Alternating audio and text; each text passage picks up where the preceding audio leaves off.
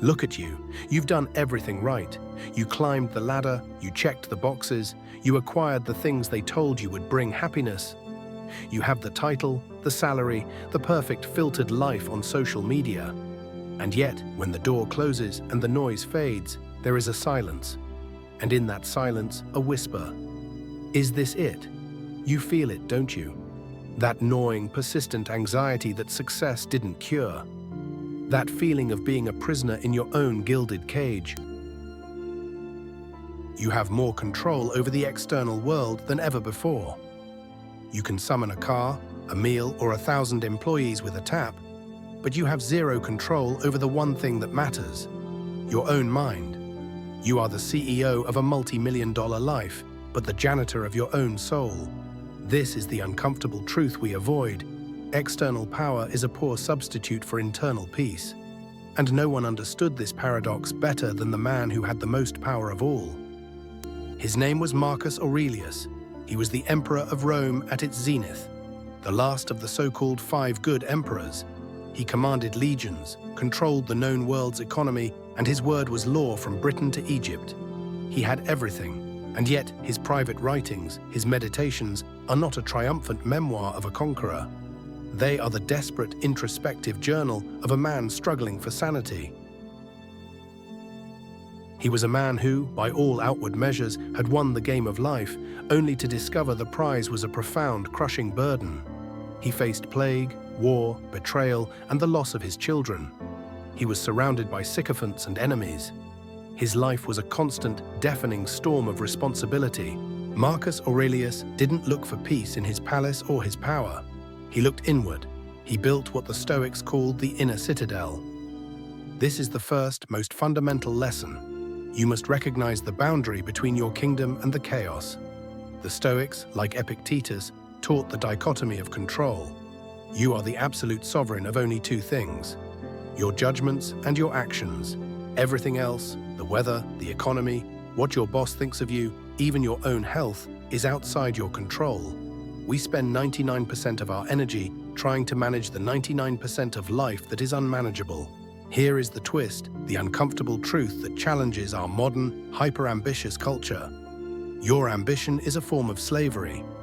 Every time you tie your happiness to an outcome you cannot guarantee, a promotion, a relationship, a specific financial goal, you hand the key to your peace over to the external world.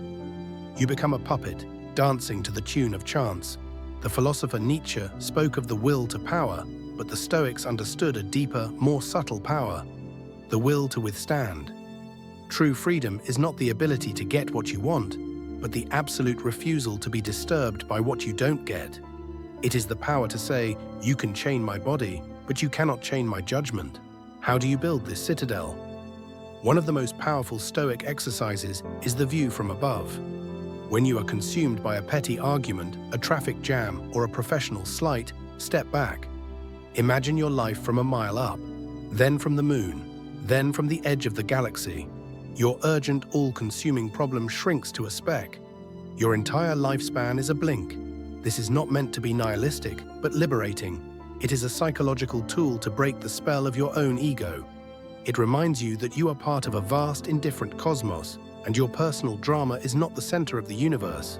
Stoicism is not passive resignation. It is active, disciplined engagement. Marcus Aurelius was a soldier emperor. He didn't retreat to a monastery. He lived in a tent on the battlefield for years. His philosophy was a tool for action. He believed your sole duty is to perform your role, your duties, with excellence, integrity, and reason. Like a good soldier, you do your job, not for the praise or the reward, but because it is the right thing to do. The outcome is the universe's business. The effort is yours. This is the essence of what Immanuel Kant would later call the categorical imperative. Act only according to that maxim, whereby you can at the same time will that it should become a universal law. Your action is the reward. What about the people who frustrate you? The incompetent boss, the toxic relative, the online troll? The Stoic answer is radical. They are simply acting according to their nature, just as a fig tree produces figs. To be angry at them is to be angry at the universe for not making a fig tree produce olives. The theologian Dietrich Bonhoeffer writing from a Nazi prison cell, observed the stupidity paradox. He argued that stupidity is not a lack of intellect, but a moral and psychological defect. A stupid person is often self-satisfied and easily manipulated, and you cannot reason with them. The Stoic lesson is to see their actions as a sickness, not a personal attack. You don't get angry at a sick person for coughing. You treat them with pity, or you simply avoid the contagion. We fear loss, the loss of wealth, the loss of reputation, the loss of loved ones. The Stoics prescribed a difficult, almost morbid exercise, Premeditatio Malorum, the premeditation of evils. Every morning, you don't just hope for a good day, you actively contemplate the worst-case scenarios. Imagine the loss of your job. Imagine the betrayal of a friend. Imagine the death of someone you love. This is not pessimism, it is inoculation. When you have mentally rehearsed the possibility of disaster, the actual event loses its power to shock and paralyze you. You realize that you have already survived it in your mind. You are preparing your inner citadel for siege.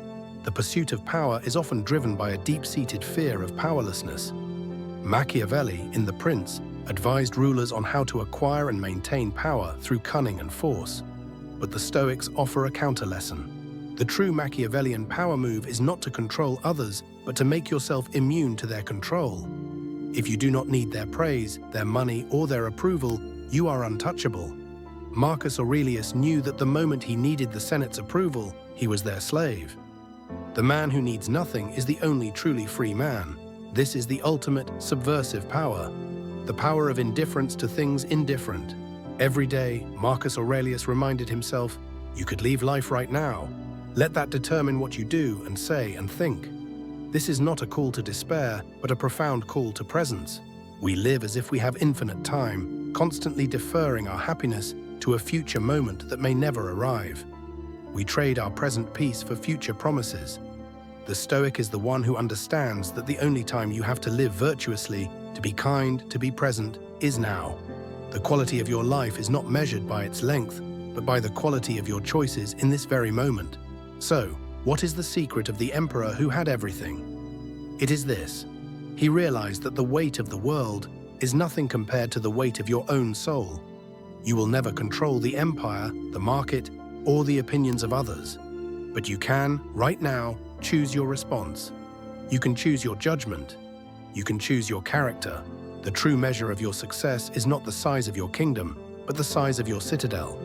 And that citadel is built, not with marble and gold, but with every conscious, rational choice you make to focus on what is truly yours. The storm will come. It always does. The question is not how to stop the waves, but how to build a ship that cannot sink.